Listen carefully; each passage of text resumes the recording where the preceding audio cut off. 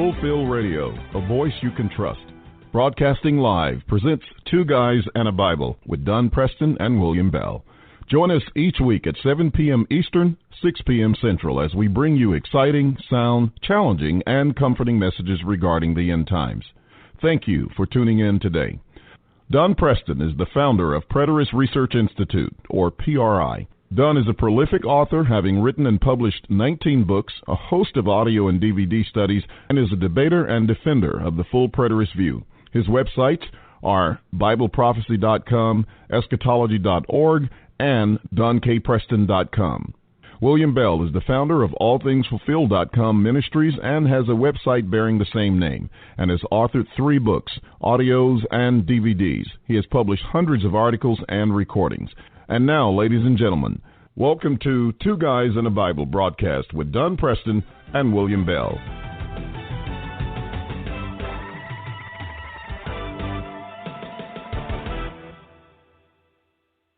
Good evening, ladies and gentlemen. Welcome to the the Two Guys and a Bible radio broadcast right here with Don Preston on Fulfill Radio. This is William Bell, and I'm delighted to be with you today.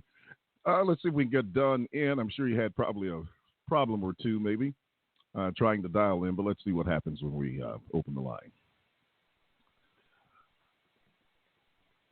All right, Dr. Don, are you there? Hello. Testing 1, 2. Ladies and gentlemen, looks like we might be having an issue here. Let's see if we can resolve this. I hope that you can hear me okay. Let me see if I can get him in.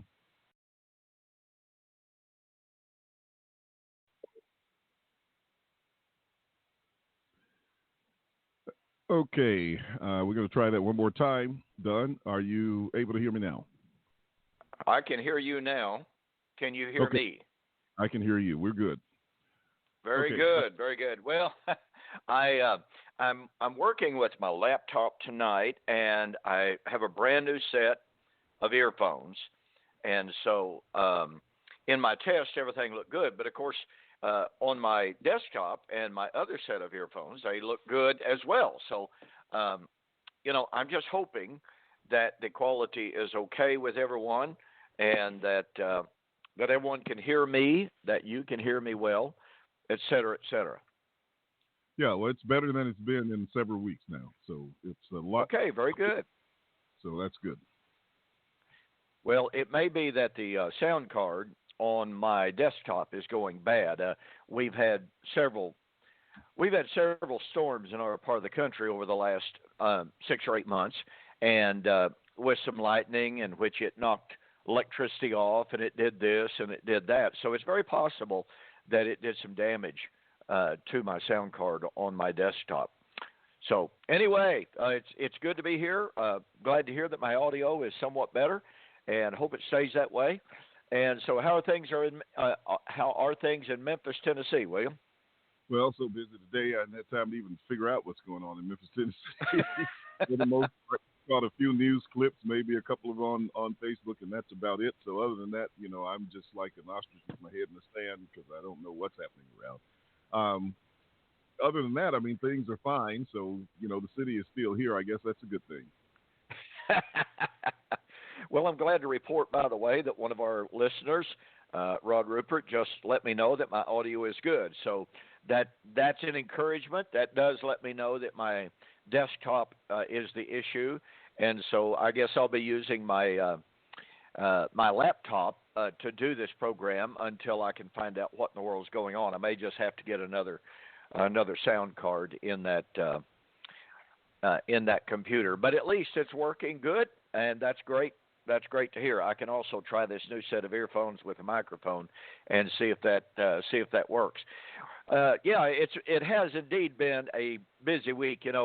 I've shared with you, William, that for some reason or other, and I think I've mentioned it on air even, that for at least a year, I've been having this really nasty habit of waking up at 2 o'clock in the morning. I did that this morning. No apparent reason. I was just awake. And now, for someone like you that's up every 30 minutes studying, writing, and then you'll take a 20-minute nap, and then you go to sleep for 30 minutes. Then you wake up and do it all over again.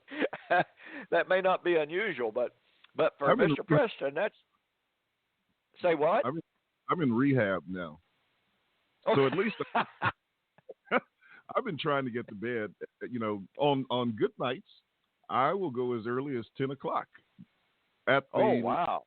Average time is 11. But when I do go to bed at that time, then I'm up at 2 or 3 in the morning. And, at the latest, like 1 o'clock is now my curfew. Is the latest time that I'll try to stay up. And, hey, I had a birthday, so I got to start respecting, that at least. Yeah. Well, I try to get in bed no later than 9. And that way, when I'm up, at 3:45, then I'm okay. But I tell you, when I'm waking up at 2 o'clock, this is just not a good thing. And I don't know what to do about it. I really don't know.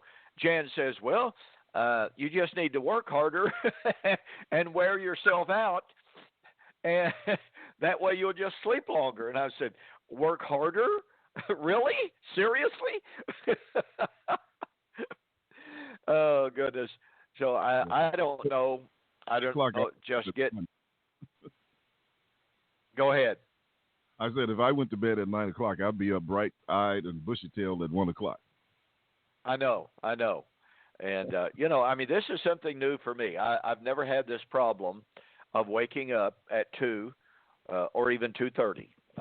I've just never had that problem. And so to encounter it now is just rather perplexing, and it's really kind of frustrating as well, I might add. But it is what it is because I can't seem to avoid it. And so I'm just trying to find ways to work around it. And, of course, about 2 o'clock, 1:30, or right after lunch, whichever comes first, that crash time comes, and I can't even hardly hold my head up.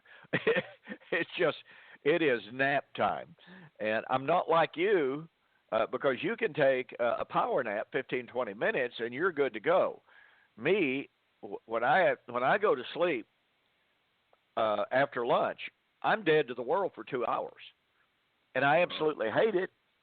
And I've tried to work around it, and I've tried to work through it. But I find myself sitting at the desk, crashing over into my keyboard. So that's not the optimum thing to be doing. But anyway, like I said, it is what it is. And, on another note, boy, I tell you, William, just continue to get these absolutely incredibly encouraging emails from people. I've gotten so many emails lately over the introduction of my new book, The Death of Adam, The Life of Christ. I've had people contact me over and over and tell me that the book is turning their theological world upside down. It's changing everything that they ever thought that they knew, but it's exciting, it's thrilling, it's liberating, and it's convincing. And so that on that level, of course, it's obviously very gratifying. And then just add to that the continuing amount of emails from people and phone calls from people that are just discovering the truth of fulfillment. And so it's absolutely fantastic. By the way, on a slightly different note, did you get the emails that I sent you today? I did, and I read through them. Okay. All right. I just wanted to make sure that you had gotten them. I'm still having massive problems with my email. I don't know what in the world's going on. I can't seem to get it figured out. Some people are getting my emails. Some people are not. Some people are able to send me emails. Some are not.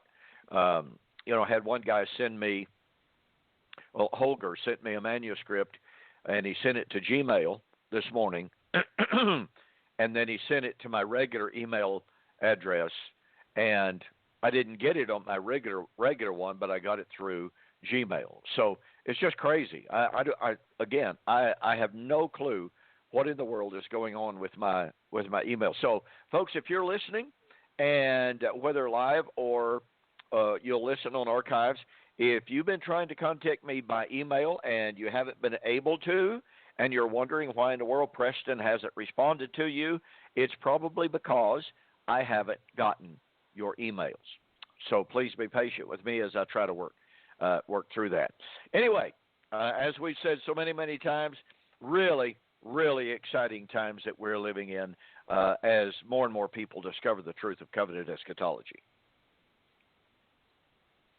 That is definitely the case. And as you say, people continue to express their interest. I was talking to a guy today who called, who had listened to, some of those Hebrew Israelite debates, and he was just saying, he says, you're way over these guys' heads. And he was talking about one of the last ones I had where a guy said he had just heard of preterism a day before, but now he's going to enter into a debate. Oh, of course he had a, that's probably not the smartest thing in the world to do. Yeah, but he had a partner with him, and the partner is somebody that they respected pretty highly, but found out that he almost knew as little about it as the other guy in the process.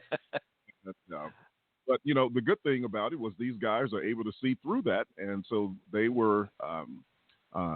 He spoke very positively about the view and said, most of the time when I listen to you, he says, I'm not all the way there, but he says, I'm beginning to see a lot of what you're saying, and it makes a lot of sense. So that's good. And we just I've had at least 3 or 4 people over the last week and a half contact me and say, I don't know that I can't say that I'm fully convinced yet, but the more that I listen, the more that I learn, the more that it makes sense. And I'm thrilled to be able to continue to watch your videos and to read the articles on your website and what have you. So, it's people like that are such an encouragement, who are just very candid and say, look, what you're presenting to me is absolutely mind-boggling. It changes everything I've ever been taught, but I'm willing to listen, I'm willing to learn, and I'm going to keep examining what you have to say. And that, of course, stands in really stark contrast with so many people that we encounter, for instance, on Facebook, and they claim that they were full preterists, and my impression of some of them, not all of them, but my impression of some of them, they might have claimed to have been a preterist for 30 minutes or so, or maybe a year or so. But when they explained the reasons why they became preterists, you realize that their reasons were extremely tenuous, and I don't mean that their reasons weren't valid as initial challenges to futurism. But when you realize that that's the only thing that they were clinging to, and that they didn't go beyond that, they didn't continue to study and to learn, and now they are writing books against covenant eschatology. And when you read what they have to say against the fulfilled view, then you realize that their only reason for abandoning the truth, in fact, was because of the patristic writers. It was because of church history. It wasn't because of exegesis. It wasn't because they discovered that the preterist hermeneutic is false. No, it's because they found out, oh my goodness, preterism is not in the creeds. Oh my goodness, preterism is not in the early church writers. And, I mean, we've got to accept what the early church writers said. And so on many levels, you discover that the reasons for abandoning the truth are just tenuous, they're shallow, they're facetious, they're untenable. And you just, I have in my hand, as I'm talking, a book entitled Hope Resurrected by a man named Lance Conley. And, I tell you, this guy claims to be somewhat. He claims now to be the expert on refuting covenant eschatology. And all you have to do is to read the very first chapter, My Reasons for Writing This Book. And as I hinted at a moment ago, his reason for writing the book is because when he was a preterist, according to his claim, someone suggested to him that he needed to read the early church writers and to read the creeds and to see what they had to say. And it suddenly dawned on him that none of the patristics, none of the early church writers were full preterists. Oh, my goodness, he can't be a full preterist then, because after all, none of the early church writers were.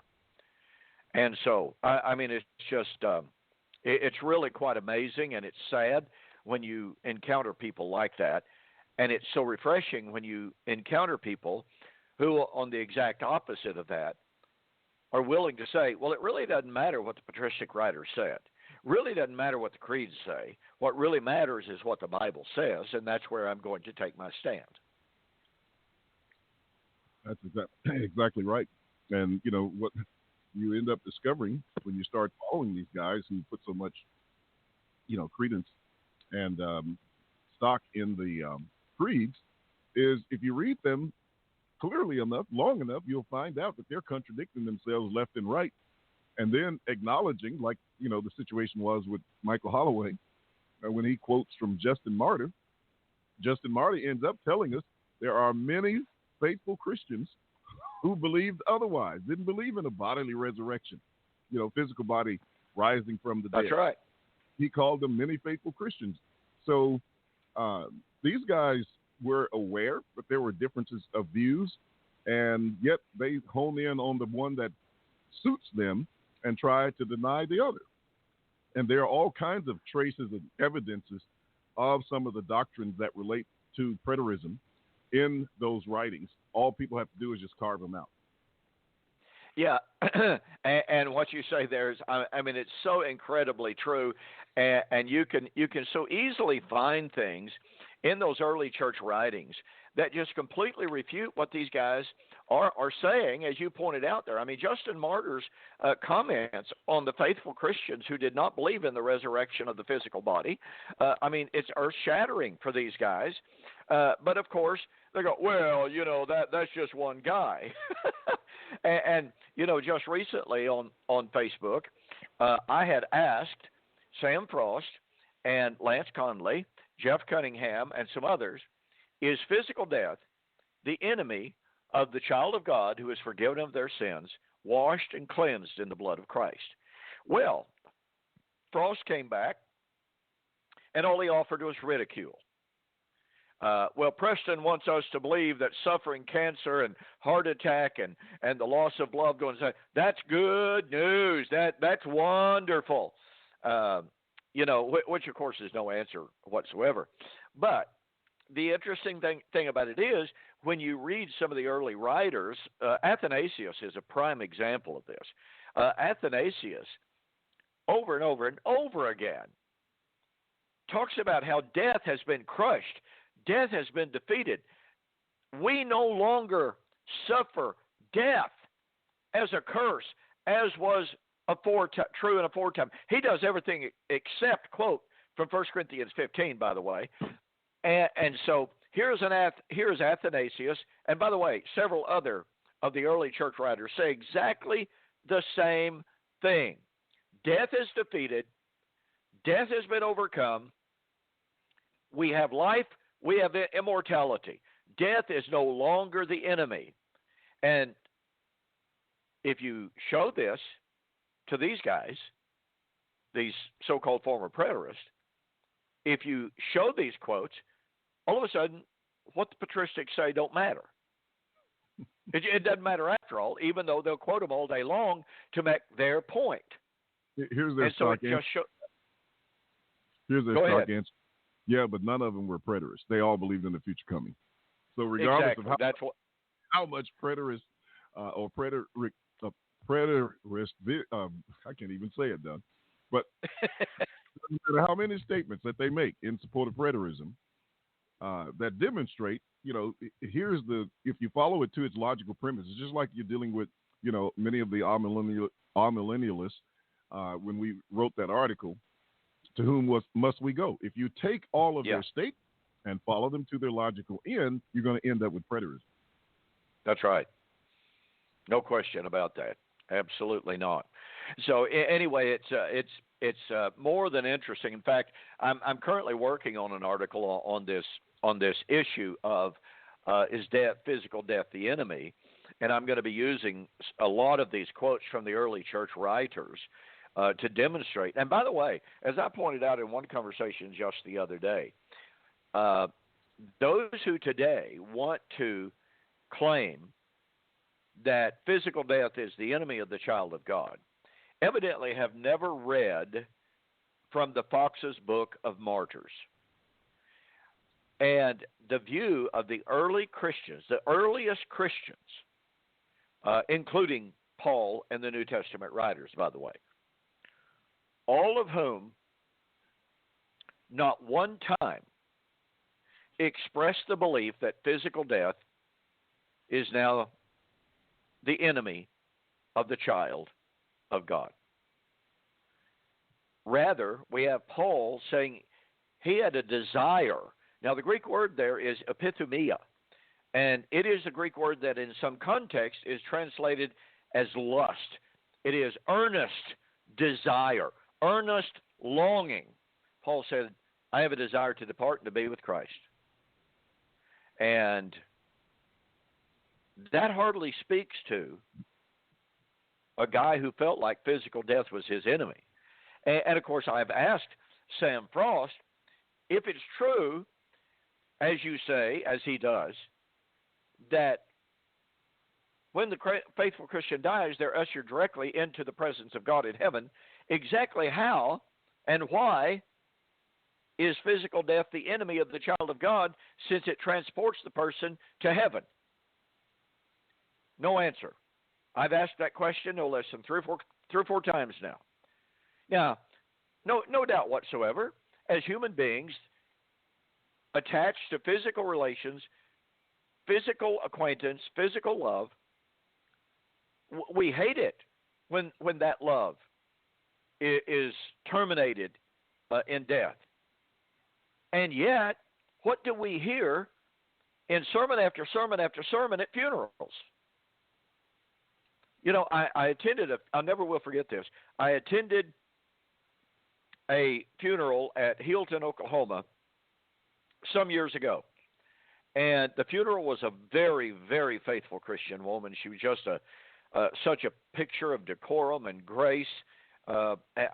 She's just really a wonderful Christian lady, known for her benevolence, known for her generosity, known for her wonderful spirit of love. And the preacher got up and said, the death of a Christian is the Christian's finest hour. And that really, really struck me. And then, amazingly enough, after stating in his sermon that a Christian's death is the Christian's finest hour. Why? Because it takes him to heaven. Well, first of all, here's a typical Church of Christ preacher who doesn't believe you go to heaven when you die. So he was contradicting his own theology, as it turned out. Then, later in that very same sermon, and William, you've witnessed this yourself, you've heard it yourself, in the very same sermon, he turned right around and said, one of these days, this physical body that has succumbed to the last enemy, of which is death, is going to come out of this ground. And you're going, okay, now wait just a moment. The death of this precious saintly woman is her finest hour because it has ushered her into heaven. Yet, it is her enemy that must one day take her out of heaven to come back to earth to get that physical body that she didn't need to be in heaven, to get that physical body out of the ground, be reunited with it, and go back to heaven where she was, where, where she didn't need to have that physical body to be in heaven. And You talk about a confused theology. That's it, right there. I mean, that's the manifestation of a confused theology. On the one hand, the death of a Christian is that Christian's finest hour. On the other hand, they've succumbed to the last enemy.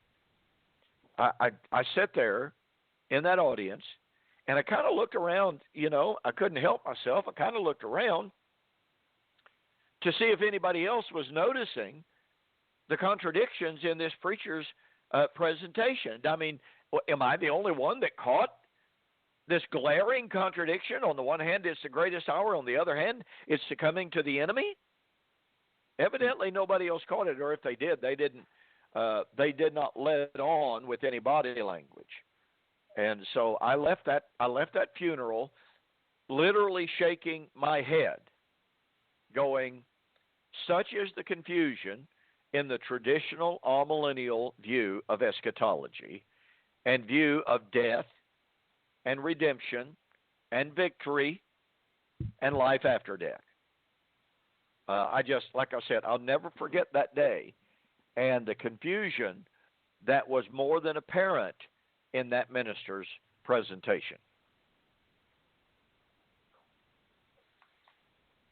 Well, again, it's so very obvious that you find, those kind of contradictions in, much of the arguments that are being made. And I don't think it's going to stop anytime soon, even though, as, we said earlier, many people continue to discover, fulfilled Bible prophecy, and they are, they're speaking out. And the good thing, and this is something that happened this past week after doing the radio program, they respond with some pretty good comments or some additional resources that maybe you haven't looked at, and that just flows really well with the information that you're presenting. So that's another, advantage and powerful thing about other people who are learning. Once they get it, they're excited, but they take it a further, step and start to presenting information and resources that, you may not have considered, and that just adds to it and allows, everybody to move even faster and more thoroughly in their search for truth. Oh, absolutely. Okay, well, here we are. We've shared some thoughts like that for about half the program. Let's get back into Isaiah chapter 62 in our discussion of the Messianic temple. And by the way, folks, the book that I mentioned a while ago by Lance Conley is entitled Hope Resurrected. And in my YouTube videos on Fridays, in a couple of weeks, perhaps 3, I am going to be reviewing and responding to Mr. Conley's book. It is a book of, let me see here, it is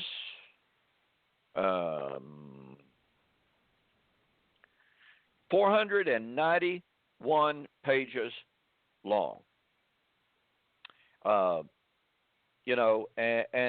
the entire point of Mr. Conley's book is to prove that preterism is wrong. Now, he has a lot to say about my books.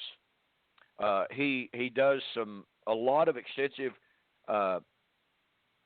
comments on my book, on Daniel 12, on my book, We Shall Meet Him in the Air.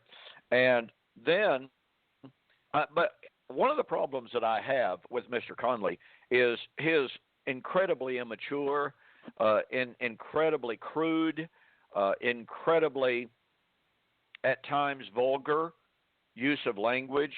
For instance, on page 389, he calls me a charlatan, and he says, quote, "This charlatan," that's me, according to Mr. Conley, "is just hoping and praying that his readers do not think for themselves and look into the historical facts of the matter from actual scholars and will buy into the con that he's trying to sell people," unquote. And so that's the kind of language, that's the kind of attitude that you find in Mr. Conley's book. And so, again, I'll be reviewing and responding to that book, not in kind, hopefully, but nonetheless, I'll be reviewing what he has to say in the book in hopefully a more professional manner than he wrote the book. So back to Isaiah chapter 62. We have gone over this material to a certain extent. I do want to drive a point home that really, really, really is important. And it is a point that I've used in public debate. It is a point that I have written about in my books. And I would make this observation. The development, the exegetical and the linguistic development that I'm going to share with you ever so briefly this evening, that is in my books. It is in my Like Father, Like Son on Clouds of Glory. It is also, if I remember correctly, in my book on The Elements Shall Melt with Fervent Heat. The linguistic development there, the exegesis, even though I've shared the arguments, shared the material with a wide range of individuals, I have not had to this single day a single substantive remark or response to my arguments. Let me see, how do I express this? The deepest, the most, quote, substantive, unquote, response that anyone has given me is, what you are saying may sound good, and it's valid in one respect, but it doesn't mean it's valid the way you're presenting it. What does that mean? And yeah, I mean, it's like, okay, your linguistics are valid, your logic is good, I just don't accept it in the way you're presenting it. Okay, here's what I mean. Isaiah chapter 62 foretold the time of Israel's remarriage to the Lord. Now, that remarriage is the time of the new covenant. That remarriage is the time of the Messianic temple. It's the time of the kingdom. It's the time in which Israel, that had been forsaken, that had been divorced, would now be called Hephzibah, which is beloved and a rejoicing, and Beulah, which means married. Okay? So at this time, I want you to notice verse 6 and 7. I, that is Yahweh, I have set my watchmen, pardon me, upon your walls, O Jerusalem, which shall never hold their peace day or night. You that make mention of the Lord, do not keep silent, and give him, that's give the Lord, no rest until he establishes and until he makes Jerusalem a praise in the earth. Now, here is Isaiah urging Israel to pray to the Lord night and day without ceasing, and to give the Lord, pardon me, no rest until he establishes Jerusalem. Now, the word establish here in the Septuagint is the Greek word diorthosis.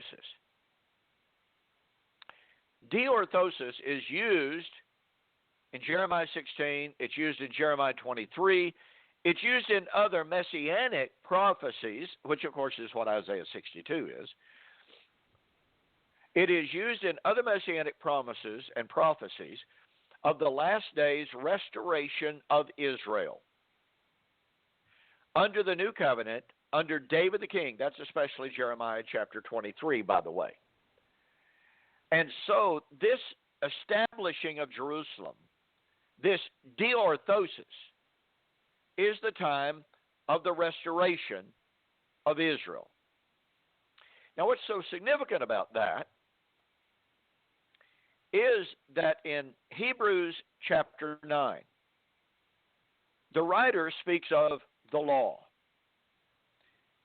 And he lays out before the reader the cultic practice of the Day of Atonement, about how the high priest took the sacrifice, he killed it, entered into the most holy place, and he came back out. I don't know what that was, but it hurt.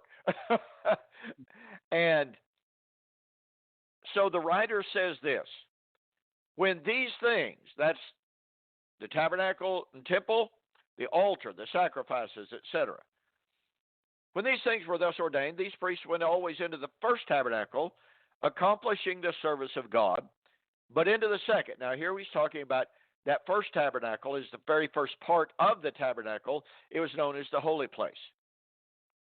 The second is the most holy place. Into the second, what the high priest alone once every year, not without blood, which he offered for himself and for the errors of the people. The Holy Ghost is indicating this. And by the way, in the Greek, from verse 8 through verse 10, the writer uses the present active indicatives over and over again. So I'm going to read it using and honoring the present active indicatives. The Holy Spirit is indicating this, that the way into the holiest of all is not yet made manifest, while the first tabernacle is still standing.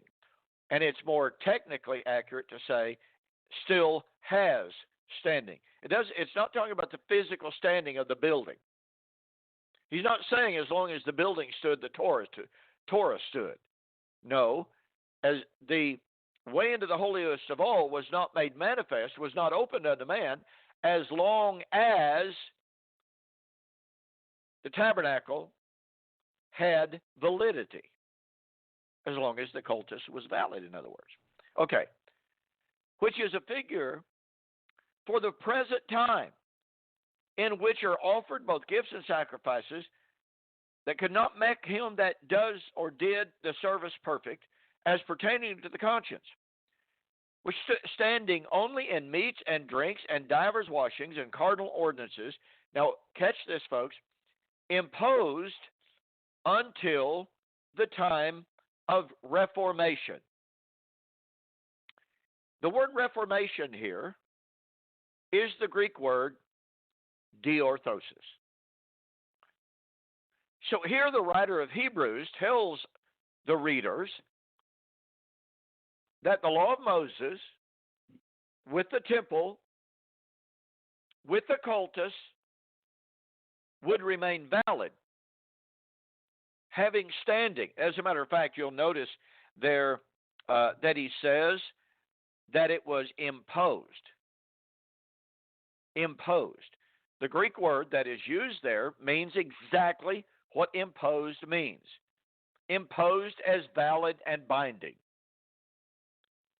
Imposed until the time of Reformation. So Israel, the temple, the cultus would remain valid and binding until the time of Reformation, the diorthosis.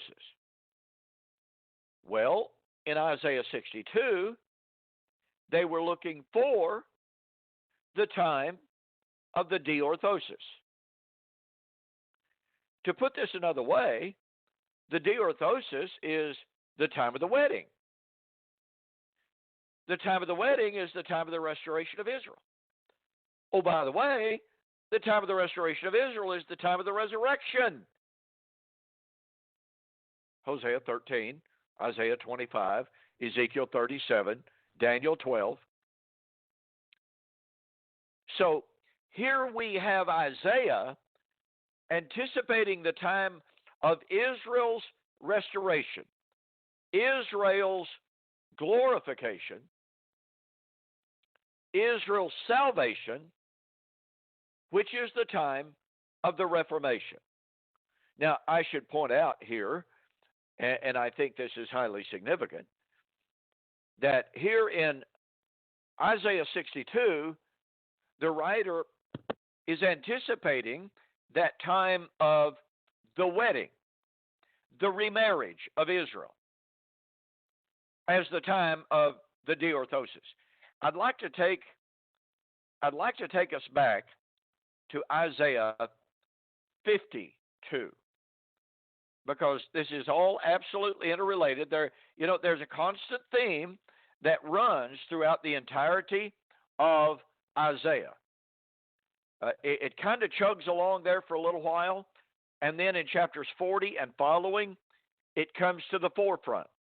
And that theme, that motif, is how, because of her sin, Israel was abandoned, Israel was forsaken, Israel was divorced. But the time was coming in the time of the suffering servant of the Lord, the Messiah, in which Israel would be restored, Israel would be remarried, Israel would be raised from the dead. I'm going to read to you just a tad from Isaiah 52. Awake, awake, put on your strength, O Zion. Put on thy beautiful garments, O Jerusalem, the holy city, for henceforth there shall no more come unto thee the uncircumcised and the unclean.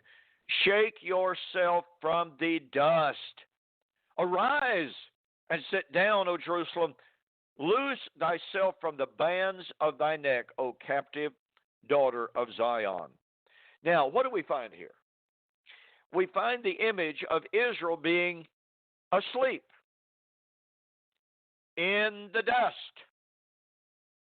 Awake, awake, O Zion. Shake yourself from the dust. Here is Israel asleep in the dust. Guess what? Daniel would foretell many of those who sleep in the dust of the earth shall arise. Resurrection. The imagery of sleeping in the dust, all the way back in Isaiah chapter 25, Isaiah chapter 26, is the imagery for alienation from God, being separated from God, being defeated, being downcast. You know, William, as you well know, in the ancient Hebraic mindset, the ancient Hebrews did not have a monolithic concept of death.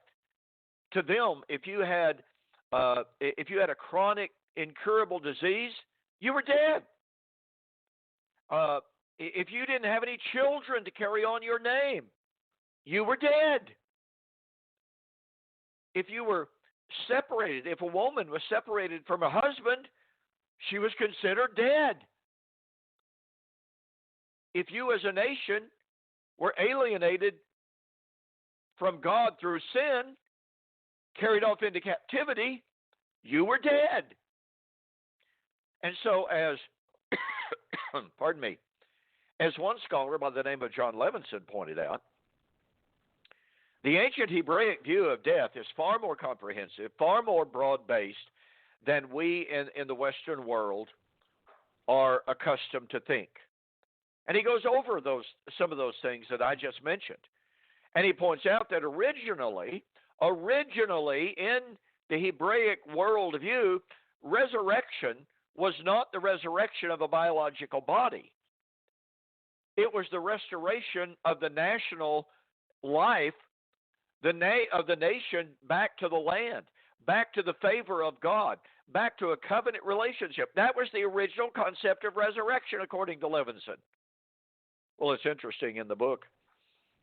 He admits that, and then he says, but it was changed later Yep. into the idea of an individual bodily resurrection. When you get to Daniel 12. Doesn't do what? Go ahead.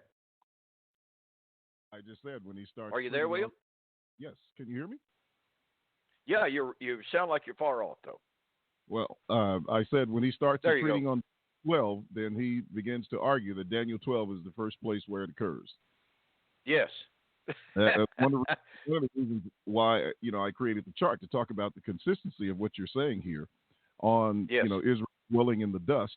And when you look at all of them, and of course you got Ezekiel and Daniel and Jeremiah, by the way, all contemporary prophets at one time. So it's rather interesting that two of them at least, and of course they had Isaiah before that, would speak about dwelling in the dust, and yet this is the first time where it becomes, bodies coming out of the ground in Daniel chapter 12. It just doesn't make sense at all. Yeah, it doesn't. It doesn't make sense at all. And so the point being here that I was pointing out is that Isaiah 52 gives us that background, additional background for understanding Isaiah 62. Here in Isaiah 52, the Lord says, you're in the dust, you're dead, but awake from the dead, and put on your beautiful garments. William, what's the imagery behind putting on those beautiful garments?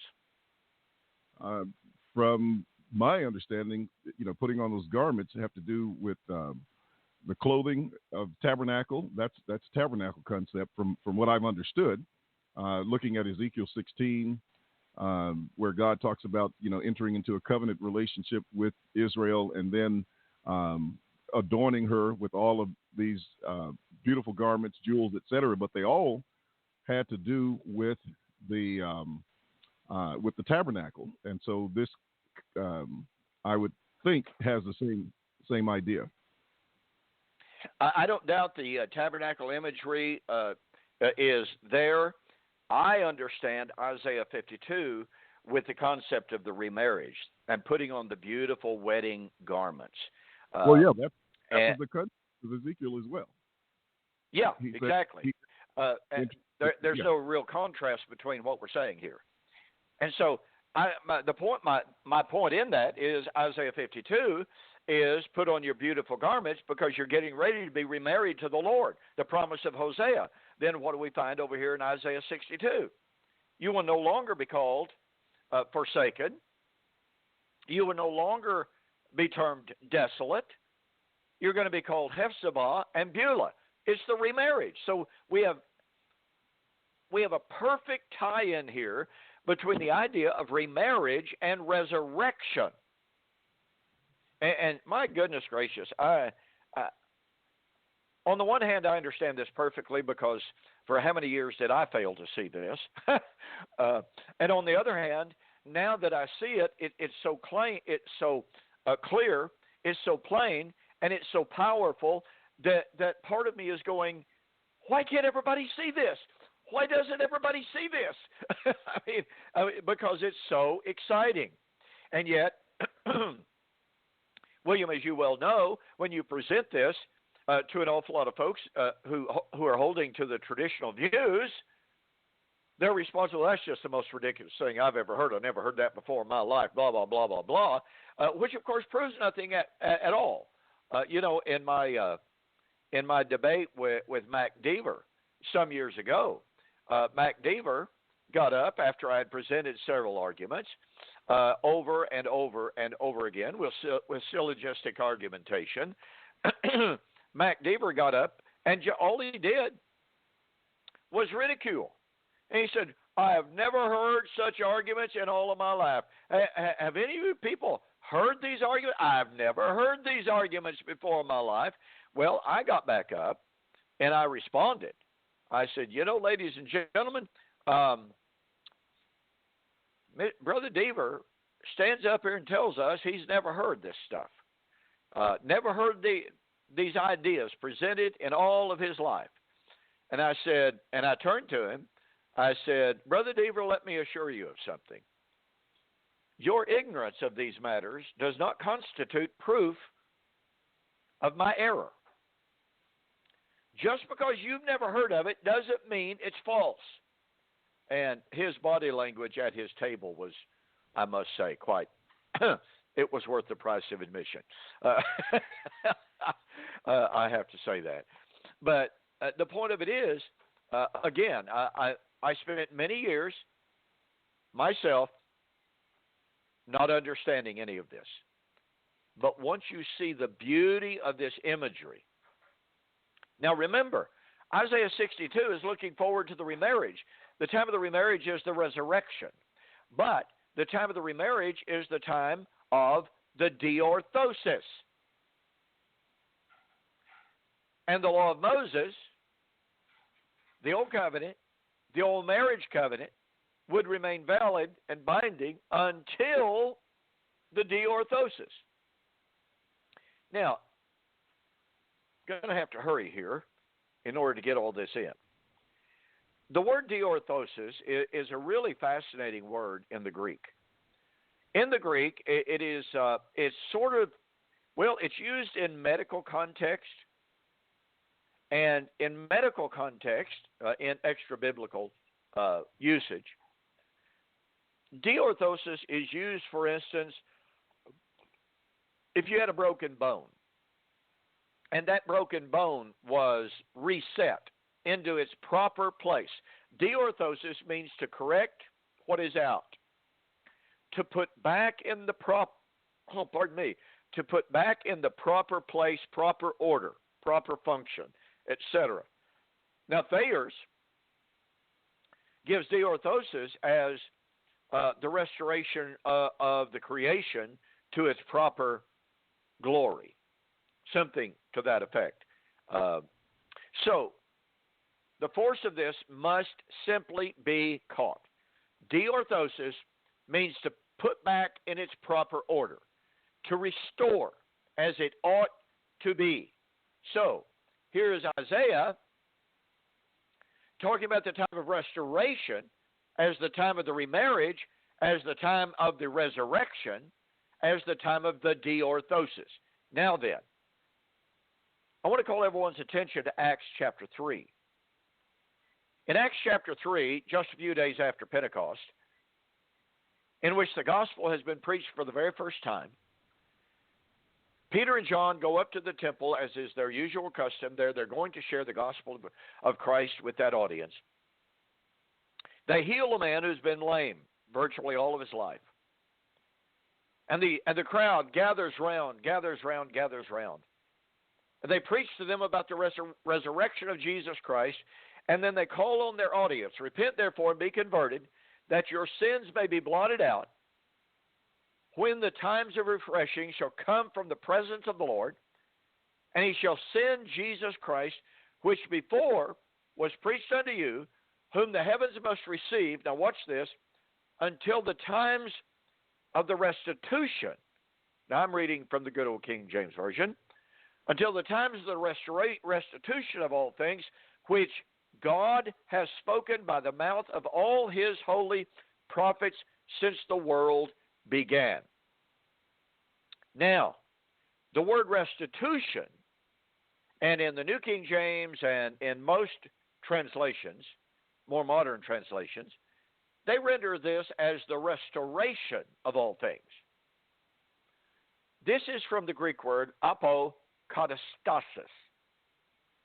And interestingly and significantly enough, this word is a direct synonym of diorthosis.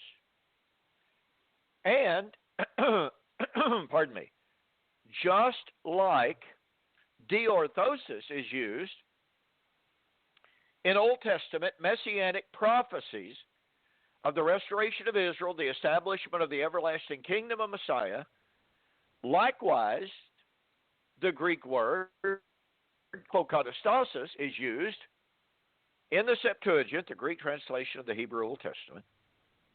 Apokatastasis is likewise used in Old Testament messianic prophecies of the establishment of the kingdom. So you have two words here, apokatastasis and diorthosis. Oh, and by the way, guess what the definition of apokatastasis is in the lexicons? It means to put back in the proper order. That's why some lexicons give them as direct synonyms. And, by the way, I believe it's Ellingworth, if I'm not mistaken. I have to go back and double-check that. But many Greek scholars, I'll put it like that, take note of the fact that apokatastasis and diorthosis are, in fact, direct synonyms. Oh, and by the way, they are both synonyms along with palingenesia, the time of restoration of Matthew 19 and 28. So we have three words here that all speak of the time of the restoration, the time of the resurrection, and the time of the kingdom of God. Go ahead. No, I was just going to say the time of regeneration. Exactly, the time of regeneration. Now, notice that just like Isaiah 62 looked forward to the fulfillment of God's promises to Israel as the time of the diorthosis, similarly, Hebrews 9 anticipated the validity of the old covenant system, the people the city, the temple, the cultus until the time of the diorthosis. In other words, the diorthosis. Oh, by the way, you'll notice that Hebrews chapter 9 says that old covenant cultus stood in meats, drinks, divers ordinances. Well, what were those? Those were practices of the feast days, which Paul said were types and shadows of the good things that were about to come. Colossians chapter 2, 14 to 16. And so the writer in Hebrews chapter 9 is expressing the fact that Israel's cultus was typological, as he says in Hebrews chapter 10, verse 1 and 2. Now, the law having a shadow of good things about to come. I mean, he's just talked about the temple and the cultus, and he says the law having a shadow of good things about to come. So Israel's prophecies looked forward to the diorthosis. Israel's cultus, her very existence, looked forward to the diorthosis. Acts chapter 3 looked forward to the apokatastasis, the restoration, which is the diorthosis. And Acts 3 would be in fulfillment of what? Well, let's see here. Verse 21 again. Whom the heavens must receive until the times of the restitution of all things, which God has spoken by the mouth of all his holy prophets since the world began, for Moses truly said unto the fathers, a prophet shall the Lord your God raise up unto you of your brethren, like unto me. Moses, Samuel, yea, and all the prophets who have spoken, Peter said, have spoken of, quote, these days. That's Peter's days, Peter's first century days. So, one more time, Isaiah 62 looked forward to Israel remaining until the time of the remarriage, which is the resurrection, which is the diorthosis. Hebrews 9 looked forward to the temple cultus as type and shadow, as a foreshadowing of the time of the diorthosis, when Torah would pass away. And the Old Testament foretold the time of the apokatastasis, the time of the restoration, which is the diorthosis, when all of the prophets would be fulfilled. Now, what this does for us, since the time of the restoration is the time of the Messianic temple, and Acts chapter 3 and Hebrews 9 tell us that time of Reformation is synonymous with each other. Acts chapter 3 says the apokatastasis would be at the second coming. But the apokatastasis is the time of Reformation. They're synonyms, remember. And guess what? Hebrews 9 says the time of Reformation is the time of the end of the law of Moses, the fulfillment of all its types and shadows. Well, in the first place, that tells us that the second coming of Christ, to consummate the restoration of all things, is the time of the end of the law of Moses. But it's also the time of the wedding. Remember, the diorthosis is the time of the wedding. Oh, but wait, the diorthosis, as the time of the wedding, is the time of the resurrection. All of these, once again, the time of the Messianic temple. The Messianic temple, therefore, is the time of the resurrection. The Messianic temple, or the resurrection, is the time of the restoration of Israel. The time of the restoration of Israel is the diorthosis. The diorthosis is at the end of the law of Moses. But the diorthosis is the time of the apokatastasis, the restoration of all things, that would arrive at the coming of Christ. And that means the end of the law, the Messianic temple, the resurrection, are all synchronous events. When again? At the end of the law of Moses. So if you say the law of Moses has passed away, you are affirming the wedding has taken place, the restoration of Israel has taken place, the resurrection has taken place, and the Messianic temple has been established. It also means we're out of time. just looked down, and it just turned over 7 o'clock. Folks, thank you so very much for joining us here on Two Guys in the Bible on Fulfilled Radio, a voice you can trust. William, always great to be with you. And with that, I'm going to say good night and God bless. Thank you for joining the Two Guys in the Bible radio broadcast. On behalf of Dunn Preston and myself, we'd like to say have a very pleasant day and may God bless. Until next time, we'll see you on Fulfilled Radio, a voice you can trust.